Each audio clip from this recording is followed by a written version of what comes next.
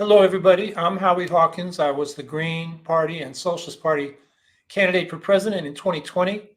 And this podcast, Green Socialist Notes, is about continuing to educate and advocate for the eco-socialist platform that Angela Walker and I ran on. And today we're going to talk about imperialism with Promise Lee, who's a socialist activist from Hong Kong, currently based in Los Angeles. He's a member of several socialist organizations, including the DSA, the Tempest Collective, and Solidarity. He's also a member of the Lausanne Collective of Hong Kong and Chinese leftists, and he's a tenant organizer in Los Angeles's Chinatown. And his articles have appeared in many publications against the current Green Left, Jacobin, The Nation, Spectre, Tempest. And if you Google him, you'll find a lot of articles. We got 3 we'll post in the chat as we go along. But I asked Promise to come on the podcast today to talk about the nature of imperialism in the world today and what the transition from a unipolar world of US-led Western dominance to a multipolar world of competing capitalist states, what that means for anti-imperialist and socialist activism. And also how this understanding of imperialism that he's going to present applies to the case of Hong Kong, where the US and international left was divided on whether to support the pro-democracy movement a few years ago in Hong Kong, as the left has been divided on a number of other cases like Iran, Syria, and Ukraine. So Promise, thanks for coming on the podcast. And let's just get started with a few questions for you. First question. Some on the US and international left maintain that US-led Western imperialism is the only imperialism in the world today.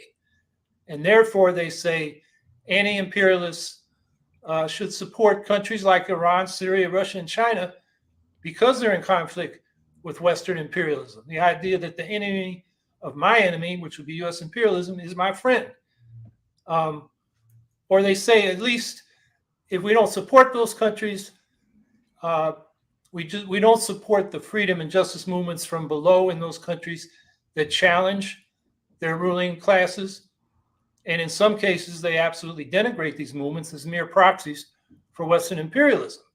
And then there are others like you and me on the left who say we oppose all imperialisms and support progressive movements of the popular classes in every country, rather than support one camp of imperialists against another. So you've written some articles, we'll put them in the chat, but why don't you give us an overview of how you see the structure of global imperialism today and what that means for anti-imperialism and international social solidarity? Great. Yeah, first of all, thanks, Howie, for having me on. It's a big question, and I'll start kind of big, and we'll slowly work our way down, right? So my analysis of global imperialism is that I think the first thing to remember, especially as we're thinking about these rivaling blocks of state, is that we remember that, especially in classical theories, classical Marxist theories of imperialism, right, that it sees that as a certain characterization of the world system, right, as it exists in general, right? There are individual imperialist states, but imperialism also exists, right, as a kind of world system, a particular stage of capitalism, right? Lenin says it's the monopoly stage of capitalism. The competition between states, dividing the world market, right, making, ethnic chauvinism, the growth of national liberation struggles, national oppression, more and more acute. These are things that are diagnosed, right, since the age of, Nikolai Bukharin and Lenin, et cetera, in the First World War. And I think there are a lot of meaningful differences, right, between that moment and now. But I think there are important characteristics that remain salient and the same today, mainly the ones I just kind of listed, right? And one important point that, Bukharin especially, right, that Lenin also kind of picked up on a bit, really emphasized, and I think is really important, right, is that to look at imperialism as a world system, especially in that period in the last century, right, is to see both the internationalization of capital and the nationalization of capital, right? Seeing both as a kind of dialectical movement that occurs together, so that the growth of monopolies, which has only deepened much more since Lenin's time when Lenin first diagnosed it, has only grown to monstrous heights, right? Monopoly growing from free competition, But as Lenin talked about, right, I think this is actually a really important point, right, that's important for us in terms of understanding the development of imperialism today, right, is that monopolies emerging from free competition does not eliminate intense antagonisms that exist in the world system. And I'll expand more on that point later too, right? So the U.S. hegemony, right? Still, I do still think the U.S. imperialism is still a dominant imperialist force shaping, right, the imperialist world system. But the thing to know is that the terms of U.S. hegemony is being renegotiated, right? Especially with the rise of emerging imperialists, right? Some are sub-imperialists and some are becoming imperialists. And we can, argue a bit about the nuances of some of those terms. But the reality is, right, U.S. hegemony, right, is not fully being challenged, right? It's being challenged at some points, but also not really. I think that's the kind of nuance that we need to continue to study and investigate as socialists. So not exactly, right, a kind of straightforward inter-imperialist rivalry a la World War One, but at the same time, right, this is not an era of peaceful cooperation, right, between different imperialist actors. And just to give a few examples, right, the predominance of the IMF, the International Monetary Fund, right, where the U.S. traditionally has been a dominant force, but the thing to also remember is that China has the third highest voting power in the IMF, right? And so when we talk about BRICS, right, and all these supposedly alternative anti-imperialist blocks, right, we need to remember that to what extent are these things actually fully delinking, right, from the Western imperial order? It's a big question, right? Another example is U.S.-China cooperation, right, and funding the Israeli state. And let me be really clear, right? The U.S. is the dominant funder, right, of Israeli genocide and apartheid. But we also need to look at how China is also the second highest trading partner of Israel, right, supporting a lot of the solar renewable energy sources that are now supporting the operations, right, of the Israeli military. So how do we make sense of all of these kinds of cooperative tendency, right, between imperialist actors? Azerbaijan's another important example, right? So the kind of persistence of both rivalry and independence in a way that's different, right, from U.S. hegemony imperialism, right, dominance of U.S. imperialism in the 70s, 80s, and 90s. But at the same time, it's also different from the 1910s, right? So there's the growth of these lesser imperialists, right? Growing revanchist claims from Russia and China, right, on Ukraine and Taiwan, etc. There's the growth of national oppression. And this is something that Sri Lankan Marxist feminist Rohini Hensman has really noted in some of her piece, right? That imperialism, the deepening of imperialism, accompanies, right, the growth of ethnic chauvinisms, right, of its own right in different characters in different countries.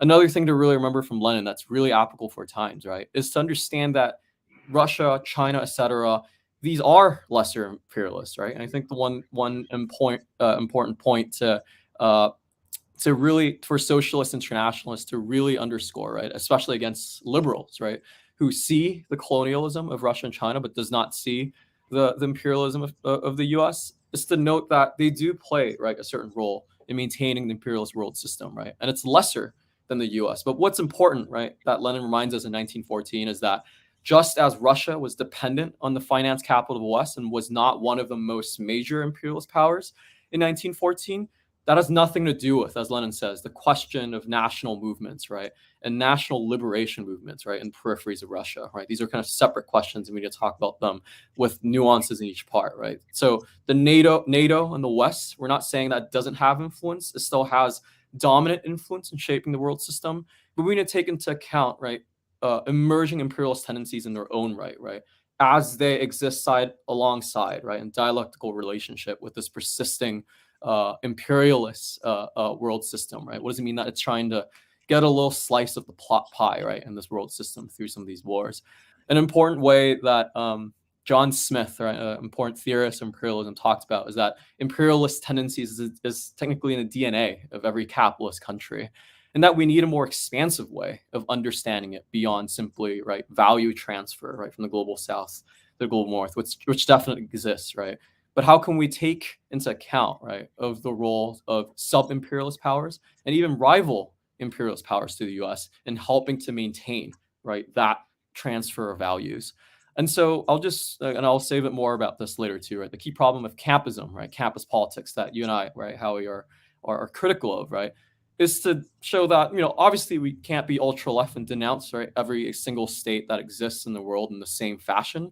But at the same time, what's really important for socialist internationalists to remember is that we must defend, of course, revolutionary gains, right? But we also need a critical criteria to determine whether the mechanisms we use to defend certain revolutionary or anti-colonial projects end up building its own form of bureaucratism and ushering counter-revolution in the name of defending against counter-revolution, right?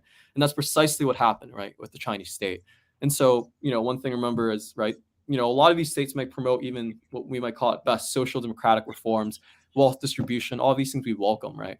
But what's key is, what happens when they contain, right, working class mass independent self-activity, right? When masses of people aren't stirred to action, especially, right, when inter-imperialist conflicts, right, and tensions are occurring, there isn't room, right, for example, in China, right, to talk about an anti-war movement against what's happening in Taiwan.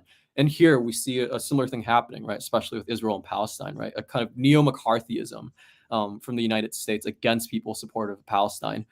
We need to recognize that these types of tendencies, right, to contain mass self-activity is not limited to the U.S., right? It exists in very uneven and different forms across imperialist and rival imperialist blocs, right? And that we need to think about internationalism as something that can hold accountable, right, and talk about each of these things, right? Recognizing, again, that U.S. is a kind of dominant imperialist force, that its power is being renegotiated in these specific ways. But at the same time, right, that doesn't mean that, the main enemy is at home doesn't mean that we apologize, right, for other enemies abroad, especially, right, when all of these enemies are so interconnected economically, despite the rhetoric, right, of rivalry. So I'll end there.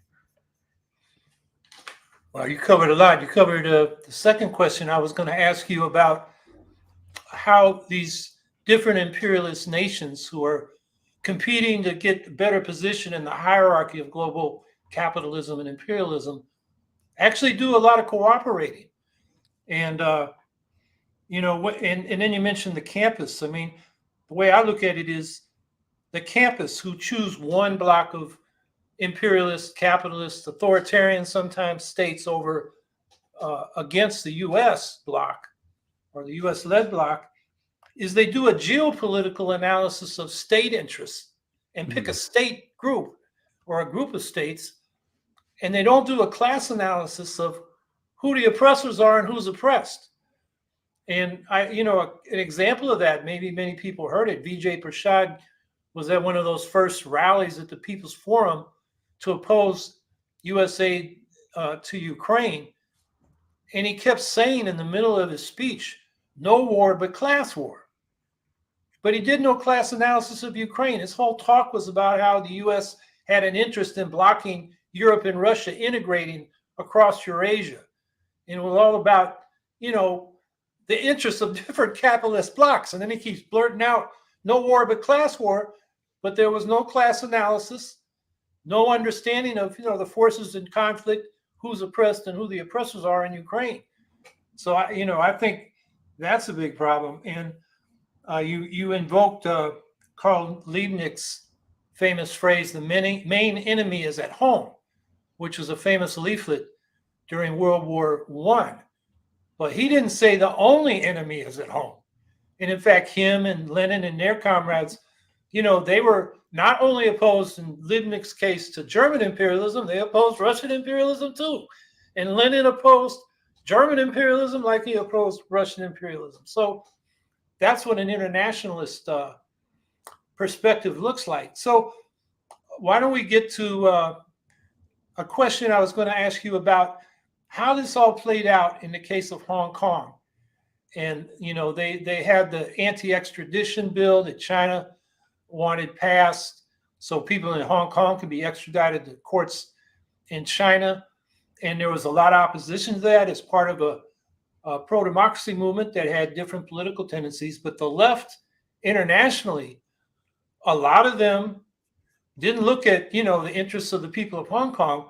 They looked at China as some kind of leader of an anti-U.S. imperialist bloc that, would, what they say is multipolarity will open up space for socialist development. But, you look at China and all the exploitation of workers there, it doesn't give me hope for, if that's what socialism is, if that's what we tell people that's what socialism is, it's not going to be very popular with people. So anyway, talk about the Hong Kong movement and how this global imperialist system and the different state interests and sections of the left related to that struggle? Yeah, I actually had a couple more words to say about the cooperation. Maybe I'll go to the Okay, Hong go Kong ahead. point. I'll say a few words and lead into that because this all kind of relates, right? Hmm. I mentioned this in a number of recent articles I wrote, right? That there's a concept from um, August Thalheimer, this kind of German Marxist in the early days of the Third International, that was later taken up by Brazilian Marxists in the 1960s. This term called antagonistic cooperation, which I find is extremely helpful, immensely helpful in helping us understand, right, how rivalry and interdependence can still coexist in a way, right? That violent tensions between states can exist, and Ukraine is a very important example of that, right? But at the same time, the conservation of the capitalist system, right, is everyone's shared interests, even though antagonistic contradictions may happen. And I want to just name one kind of line in this Brazilian Marxist group that really expanded on this term, Politica Operaria, POLA. And their one of their kind of programs in 1967 had this really important line they didn't fully expand on, but I think it's actually extremely important for us to understand today. They talked about how they recognize that people of certain countries can have this strong anti-imperialist sentiment, including those right in the colonies in the third world, right? And these new ruling classes, so-called, right, the kind of revolutionary nationalist bourgeoisies of the colonies.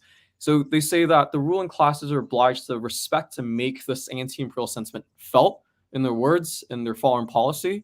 But this nationalism, right, which seems to challenge the traditional imperialist order, actually a lot of times serves as a pressure on traditional imperialist powers to improve the terms of their own economic relations to continue imperialist exploitations, right? But under a new sovereignty.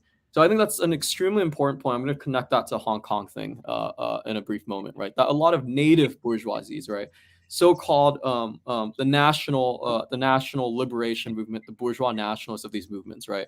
They would fall into, they would pay attention to people and would adopt an anti-imperialist rhetoric, right?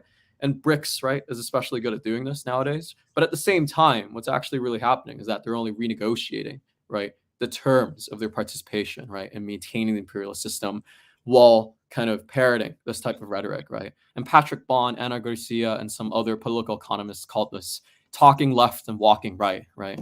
That they say a lot of anti-imperialist stuff, right? And at most, right, there are these kind of developmental policies.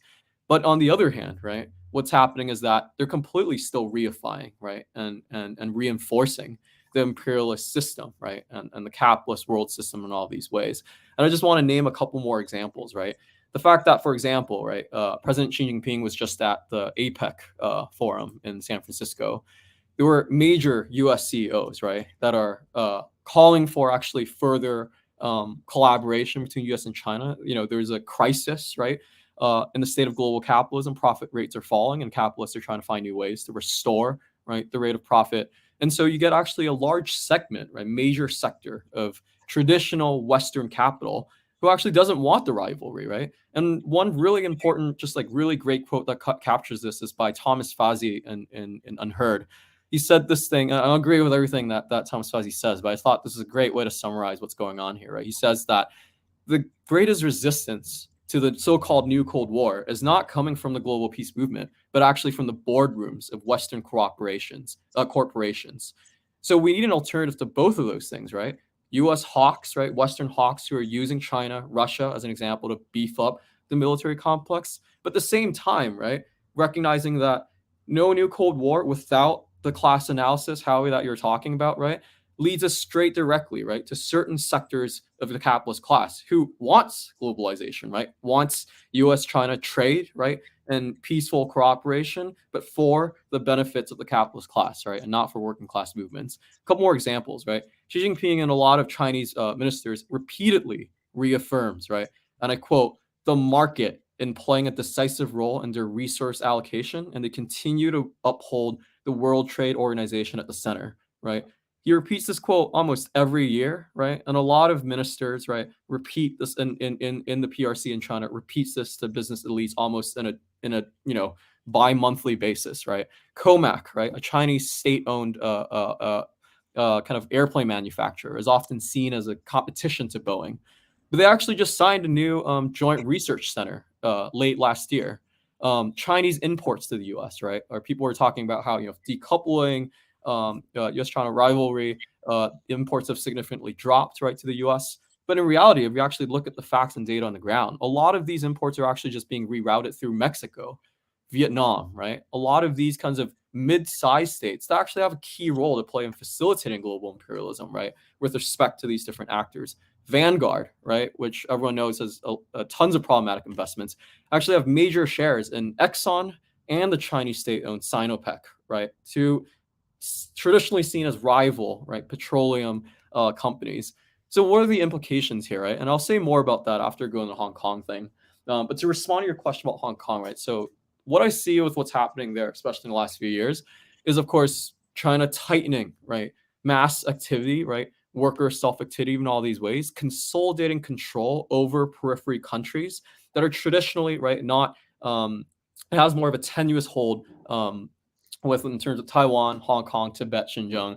This is the kind of part of the kind of imperialist DNA, right, of every capitalist country, and China's finding this moment, especially with burgeoning, emerging new inter-imperialist tensions, that it needs to consolidate, right, its spheres of influence in these places, right.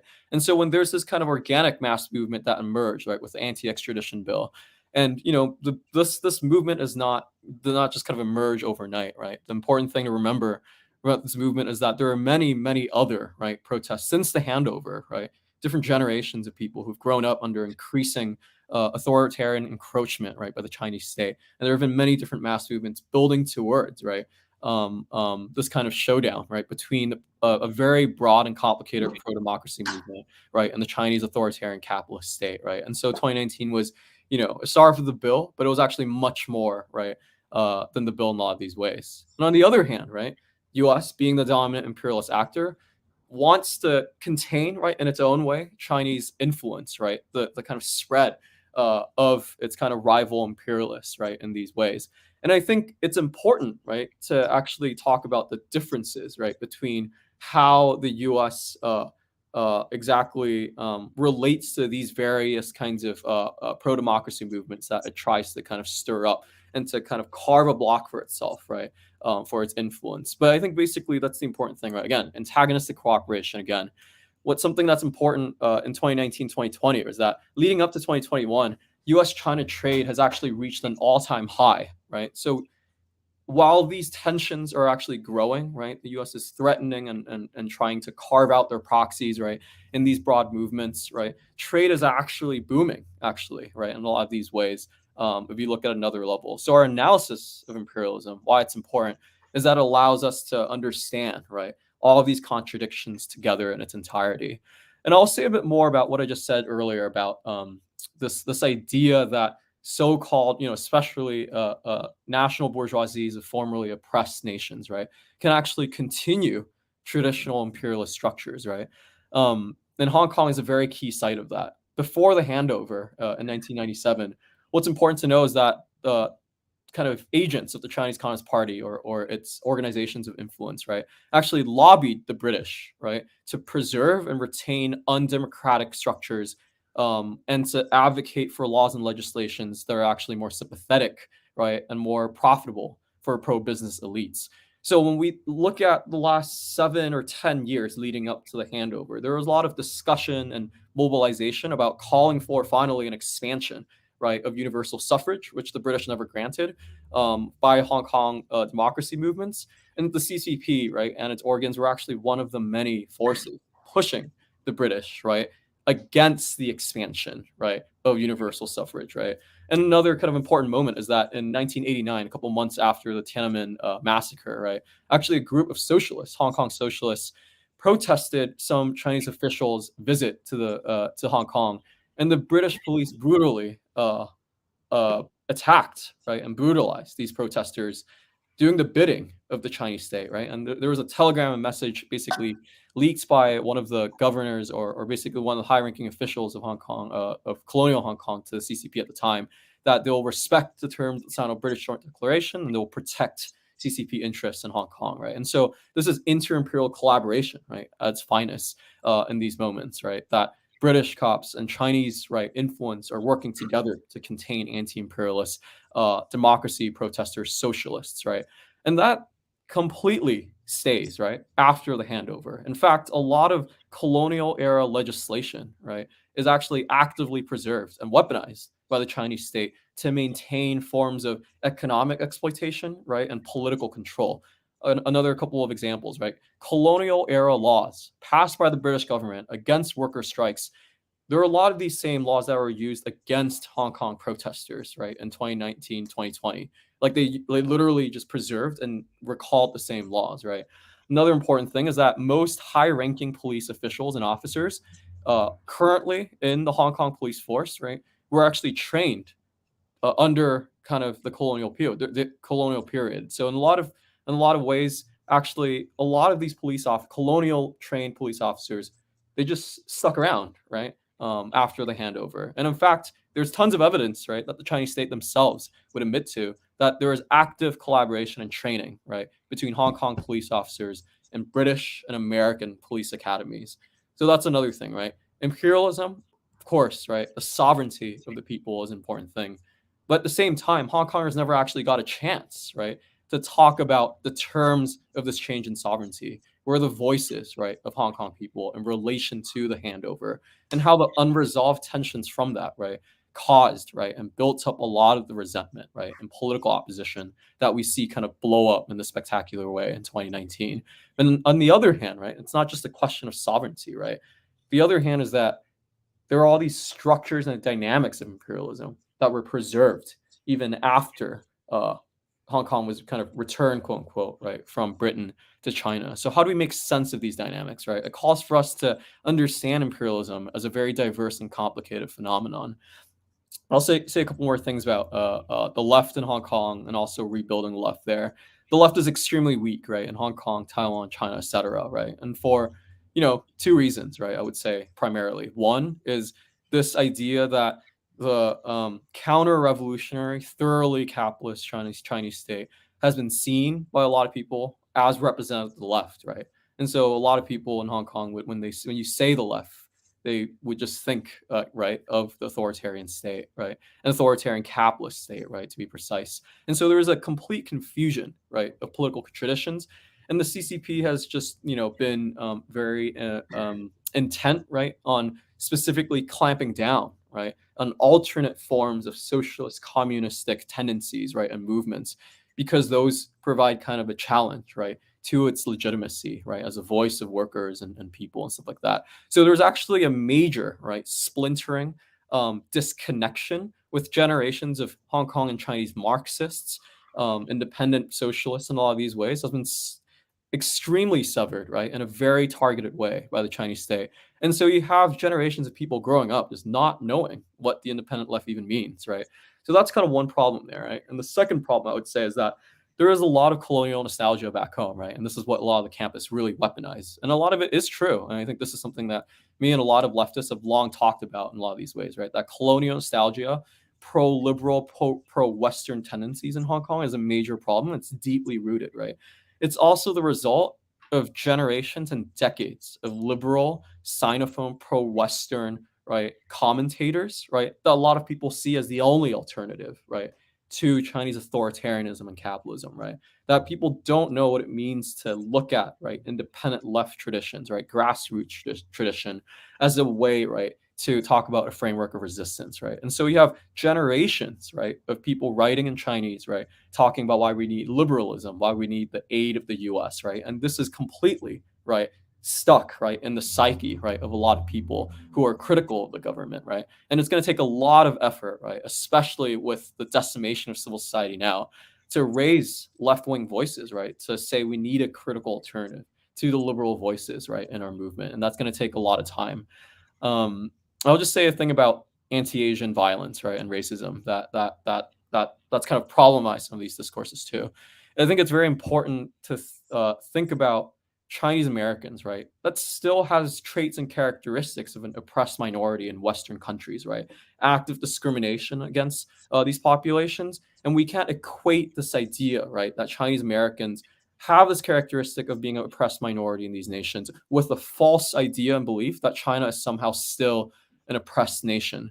And this is where, again, recalling what Lenin said in 1914, right? a lesser imperialist, right? Just because an imperialist state isn't just as strong, right, as the most powerful one, doesn't mean, right, that it is, right, an oppressed nation, right? Doesn't mean that it can't exert its own violent forms of control against even lesser nations, right? So I think these are distinctions that socialists need to be very clear in holding, right? On the one hand, yes, right, there is rampant discrimination fueled, right, by decades of U.S. imperialism against Chinese Americans, Asian Americans, right? And there is this kind of oppression that exists, right? At the same time, right, China's using that, weaponizing, right, that kind of racist violence, right, for its own imperialist purposes, right, trying to say that it is an oppressed nation, right, fighting U.S. imperialism, while in reality, it's helping U.S. imperialism renegotiate the terms of its existence, right. Once again, a lesser imperialist, right, is not necessarily an oppressed nation, right. And I think that's a distinction that we need to kind of hold very importantly in our head. And I'll just end with this, right, by saying why talking about cooperation between imperialists is important because, right, it provides us an alternative to two extremes, right? One hand, liberals, right, who don't see the violence of U.S. imperialism. On the other hand, right, campists, right, who don't recognize the fact that U.S., China, Russia, in spite of these inter-imperial tensions, have still these extremely salient connections with each other, right, that we can actually target, right? And my point is that we can't resist U.S. imperialism without talking about its investments in China, its collaborations of Chinese elites. We can't talk about fighting U.S. imperialism without fighting U.S. imperialism as well, right? And Apple, for example, its collaboration with Foxconn, right, a Taiwanese company that's long been sheltered by the kind of Chinese government to promote, right, profit rates within its country, right? These are different ways in which these imperialist and capitalist forces are interconnected. So when Chinese workers last year, around the same time in October 2022, revolted, right, against Foxconn authorities, Foxconn called, right, Chinese state local cops to suppress the workers. And not only that, party cadres were sent as scabs, right, when workers started escaping from Foxconn to preserve the supply chain of Foxconn, to preserve the supply chain of Apple products, right, to Apple.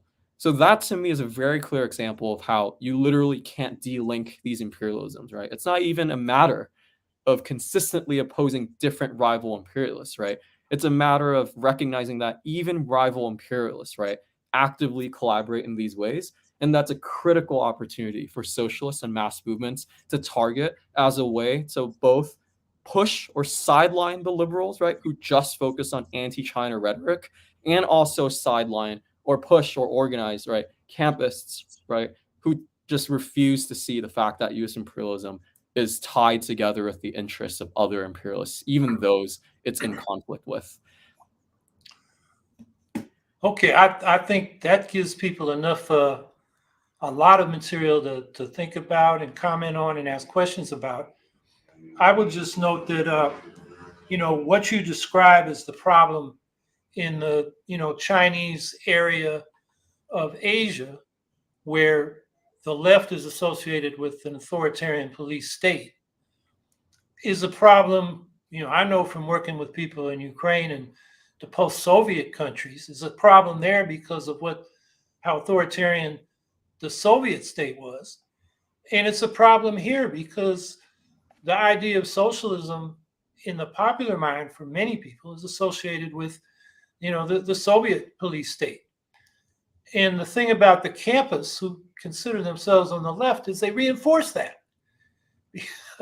Because the enemy of U.S. imperialism is their friend, even if it's a police state like Syria or China or Iran. And so that's, I appreciate what you said about Asia, but I guess I'm just noting that it's an international problem for the left. So, how we get out the idea that socialism is we're the most principled, consistent Democrats, small d. Exactly. We're for full political and economic democracy. And that is a problem that the campus keep confusing people with. Anyway, let's see, let's see some comments and questions from people who've been listening. So Chris will put them up. Here we go. Violet at Content Boutique. It's so sad oppressed people look to the U.S. for help with the leadership we have these days. I wonder if the U.S. ever helped anyone without having some economic agenda. Yeah, no, that's really real, right? And I think for me, it's about understanding why certain oppressed people, right, do this, certain oppressed communities and organizations, right? And the role of the left to, you need to be with the people, right, who are critical of the government and to help folks sort through this bullshit, right, of thinking that the U.S. is this kind of kind of savior that has this agenda of salvation and liberation, right?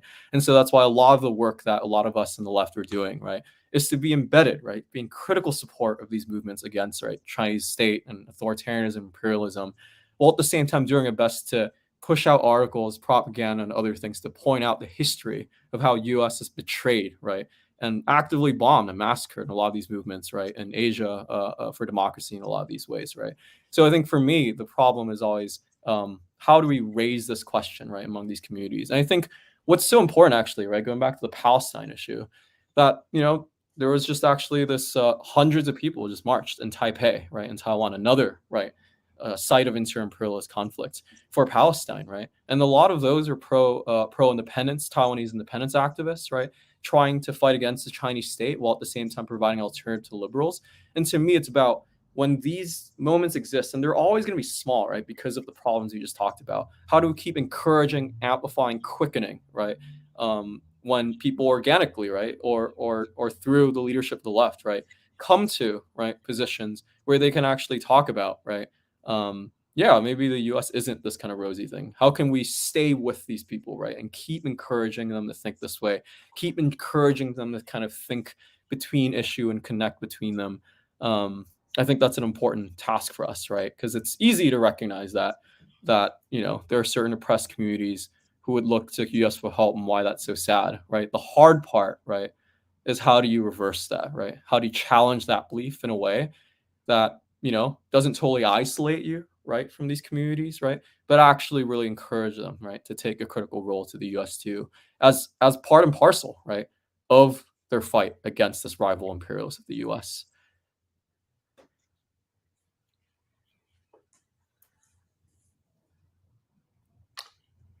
Violet Content Boutique, do you really think it's possible to construct a culture without power trippers? I'm not sure it's possible. Yeah, I'm not sure how to answer that one, but yeah, totally sure what it means. Well, I would say if you look at the anthropological record, what Marx called primitive communism, not meaning it was inferior, but it was at an earlier stage of economic development. There were very cooperative societies, at least internally, which were egalitarian. Women weren't oppressed. There were no economic classes. And those, they're the same animals we were. They just, lived. Some of them still survive in, a few remote areas. So I wouldn't put it down to human nature. It's possible. That's what, socialism is supposed to do is end the oppression of oppressed groups and the exploitation of working classes. So it's no guarantee we'll get there, but it's certainly, I think human beings are capable of it. Let's put it that way. Frankie Lee, how can we stop imperialism when we're hamstrung by vulture capitalism?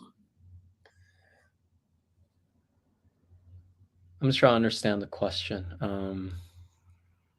I think the capitalist mentality, bourgeois culture, is Okay. all of us. So, how can we oppose the system that we're indoctrinated into? Right. Well, I mean, this is what organizing is, right? This is why we're in movements, right? These are movements, social movements or laboratories, right? For us to carve out and practice, right? And identifying with a different culture of values, right? To encourage us that, we can work for our own self-interest, but at the same time, actually organizing collectively, building collective power is actually the best way to guarantee your own interests, right? And material conditions, right? And I think that's why, the movement for Palestine, right? Labor organizing, climate organizing, right? That yeah, these are ways for us to think out of a capitalist mindset, right? To think about these movements as way to as seeds, right, of a new society, of a new way of thinking and relating to each other in the world, and that everyday people are constantly practicing that, right? It's about how do we kind of make that sustainable in the long run seems to be the main question, if I'm understanding that question correctly.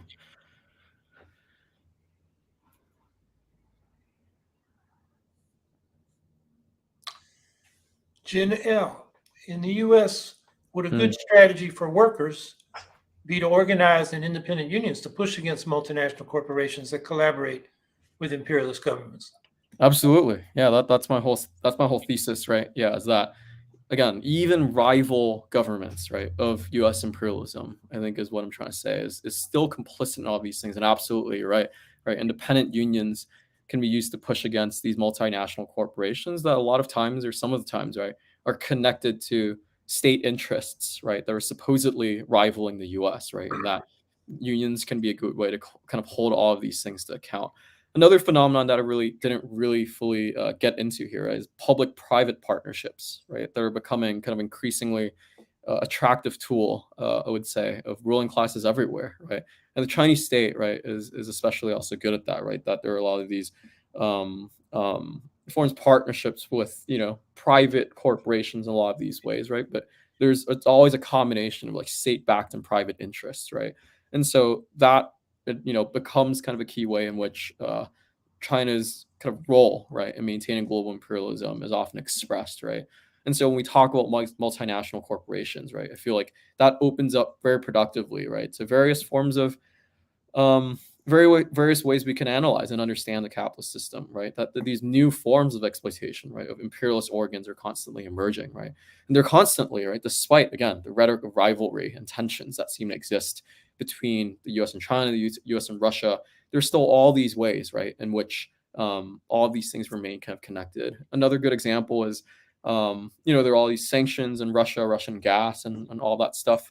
But there are two actually important ways, right, in which a lot of this stuff is still cohesive, right, through the role of multinational corporations. I think it's the Caspian Pipeline Consortium, right, that is often kind of a tool for Russian gas companies, right, to advance its kind of economic and political interests. Chevron is still on that, right? There's a whole campaign for Chevron to push Chevron to get out of that corporation. But no, the profit making motive, right, for a lot of these capitalists, for them sometimes, and a lot of times it's, would continue working even with rival imperialist businesses, right, to maintain, right, certain kinds of resource imperialism that exists. So to this day, right, Chevron, major U.S. Gas energy corporations, still work hand in hand, right, with Western corporations. Another important point, right, is what's going on, again, the ethnic cleansing, right, of Armenians by Azerbaijan, but also that country-specific role, right, has been really interesting. Russia is making kind of deals with it as a way to get access to various avenues for gas and energy because of the sanctions from the West. But at the same time, right, it's the Azerbaijan's also building with Turkey, right, and Turkey wants to develop it as a kind of resource hub. And so what's actually happening is that a lot of Turkish gas, right, is used as a hub, and these countries are used actually quietly between imperialist blocs, right, Russia and the West, to actually persist and continue, right, resource imperialism through gas and energy thing. Except these countries are used to quietly whitewash, right, its kind of ties to different imperialist states in order for different imperialist states to continue trading with each other, right? So if you get Russian gas to Turkey, right, to kind of be refined in all these ways, Turkey can spin it as now Turkish gas that the West is able to buy, right? Same thing again with Azerbaijan, that a lot of Western corporations are looking to Azerbaijan as a way to discover new energy resources, right? To increase demand with all the sanctions in Russia. And what Azerbaijan is doing is that there's so much demand from the West, it's actually making new trade deals, gas deals with Russia, right, to actually satisfy the demand of the West, right? And so going back to this question here, right, this is exactly, right, what socialist internationalists should be reading about, researching, amplifying, and focusing on, right? That despite these rivalries, that very salient ways in which globalization, neoliberalism continues, right, exist, right, and independent unions everywhere, right, has a role to play in challenging, right, these kind of interconnections between imperialist blocs, right, that are often concentrated in the role of these multinational corporations and consortiums, et cetera. Yeah, I would just add to that one of the sites of multilateral cooperation in international institutions has been the UN framework. What's it called? The framework agreement on climate change, which hosts the climate summits. And there, the U.S. and China, for example, got together in Paris with, Obama was there to prevent any commitments, that countries were expected to meet in terms of reducing greenhouse gas emissions.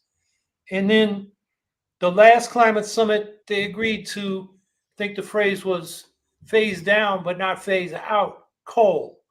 And the same countries, including the US and China, were behind that against most of the rest of the world.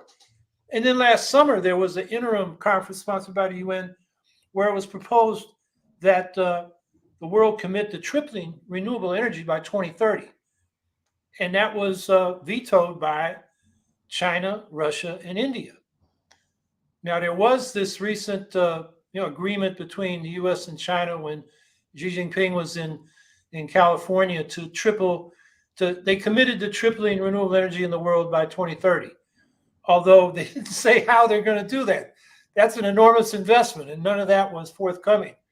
I'm just saying that maybe the most ominous place where the capitalist powers around the world, particularly fossil capital, are cooperating is in preventing real climate action. Right. And, they're more interested in short-term fossil profits than long-term survival of all of us. Right, I want to add to that briefly, actually, too, in terms of climate and coal, right? So, actually, an important way, which a lot of people aren't talking about, that China is building up its clean energy and renewable energy resources, right, is on the resources, right, and lands, right, of the peripheries, especially in Tibet and Xinjiang, right, and all these places. So, for example, right, actually, I think what's slated to be the world's biggest hydroelectric dam, right, which China touts as, right, it's part of its path to investing in renewable energy resources, is built on the sacred rivers and lands, right, of Tibetan people, and is already projected to displace and harm, right, a lot of kind of local Tibetan communities around that dam, right. And so even as they're supposedly pursuing these kinds of more green-friendly, right, climate resolution kind of directions, right, they're actually still doing it, right, in ecologically disastrous ways. And I really encourage people to look up the Yarlung Sangpo Dam in Tibet, where this is, again, world's biggest hydroelectric dam that China keeps touting, right? But how it's actually destroying, right, water supplies and a lot of ecosystems and kind of in that area and displacing communities, right? So that is not eco-socialism in any stretch of the imagination, right? I think we need to really point to that and call that out, right? That Canadian companies, US companies are assisting, right, some of these kind of extractive operations, right? Again, even for supposedly more renewable and clean energy sources that China is investing in.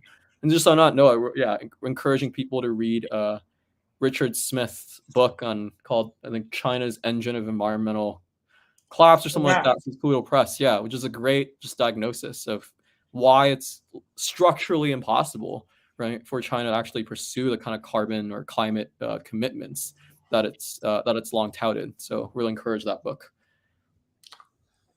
Yeah, that's a depressing book, but it's real. I mean, you got to deal with reality. I recommend that book as well.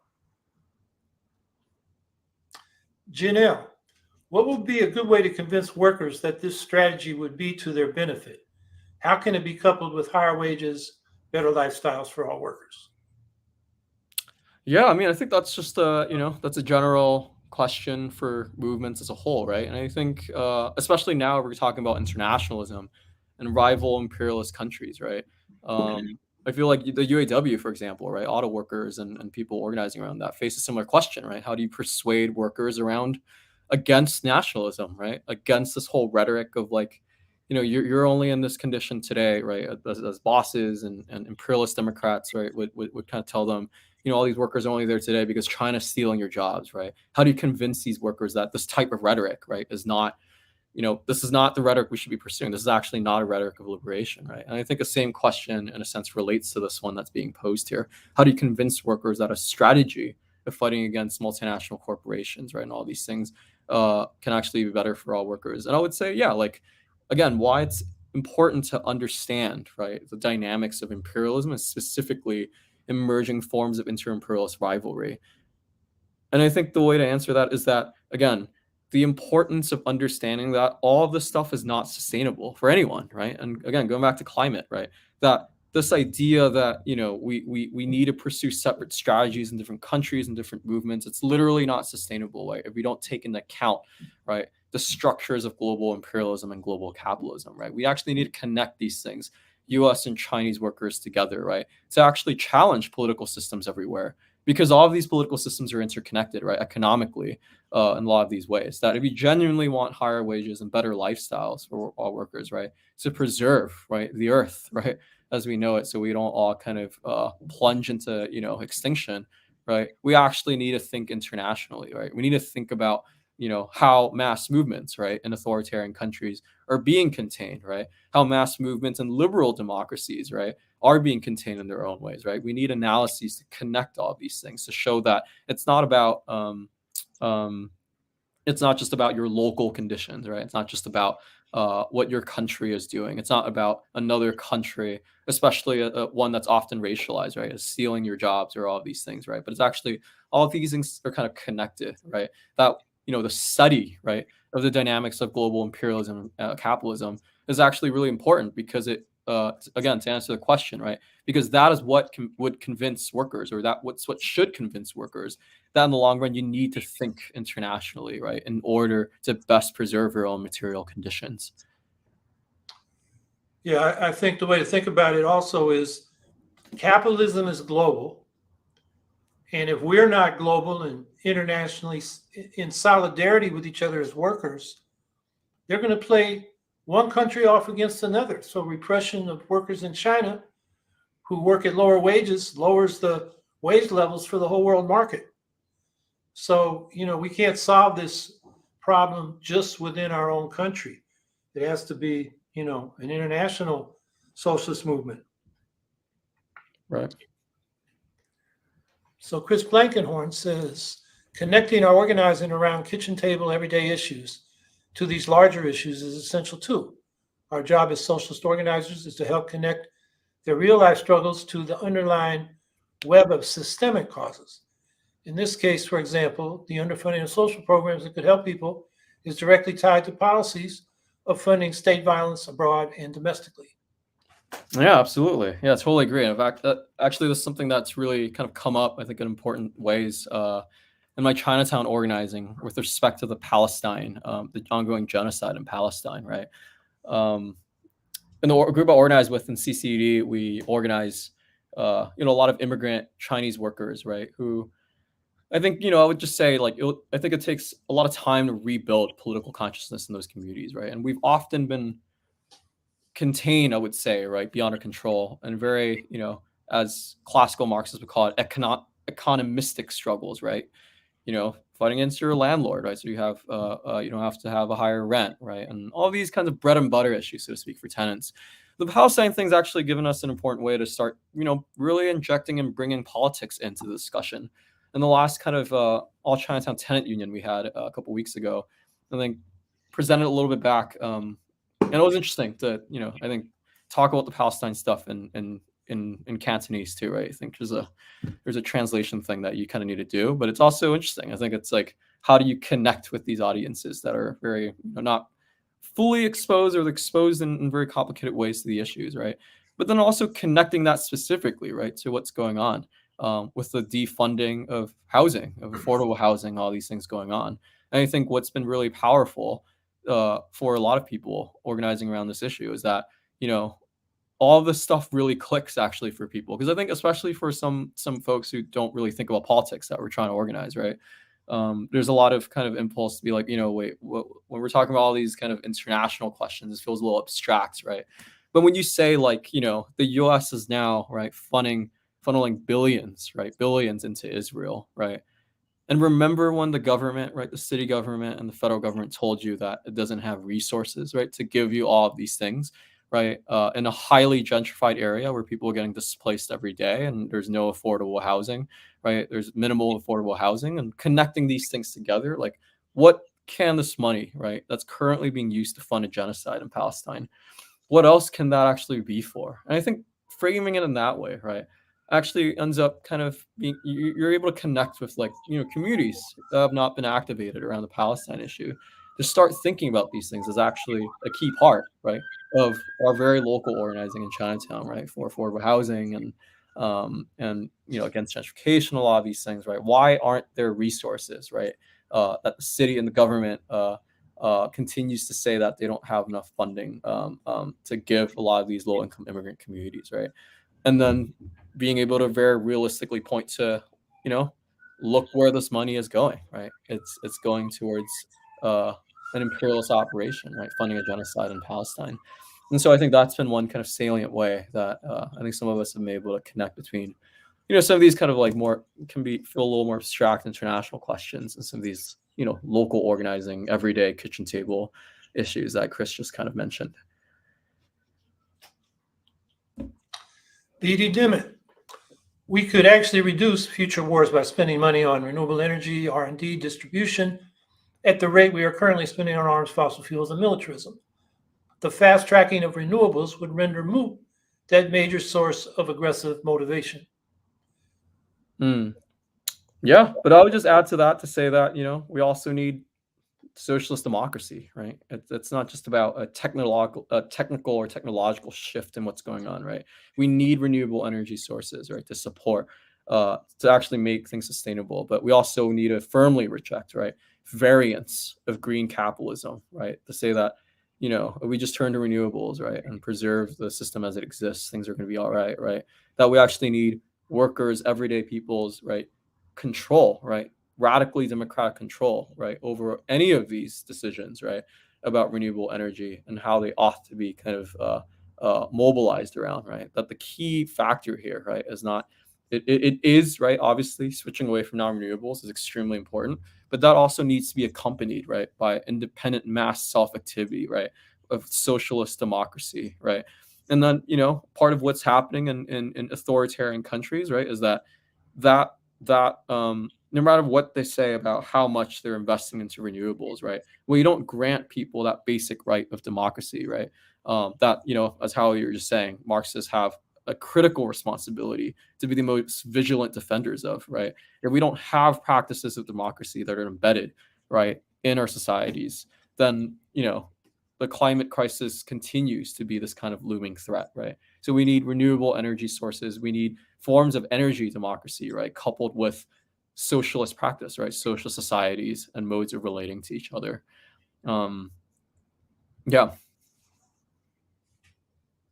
I would add to that we can commit to renewables and still have inter-imperialist competition and exploitation for what's needed for renewables, like rare earth minerals. I mean, look up what Chinese companies are doing in Katanga in the Congo to get cobalt.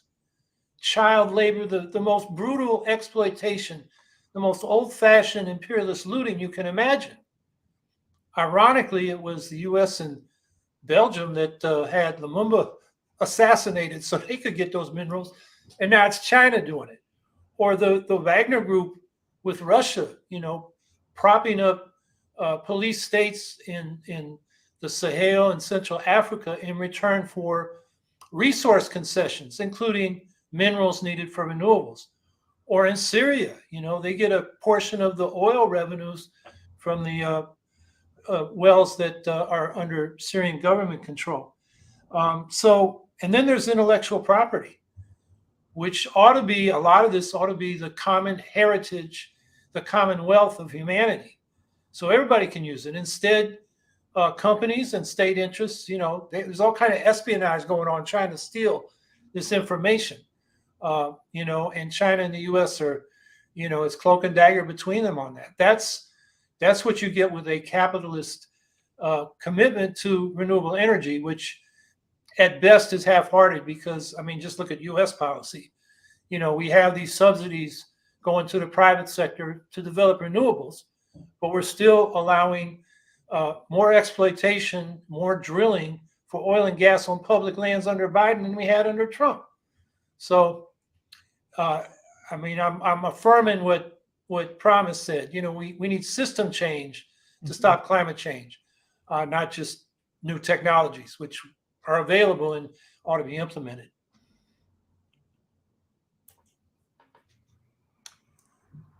Okay, I see my description up there on the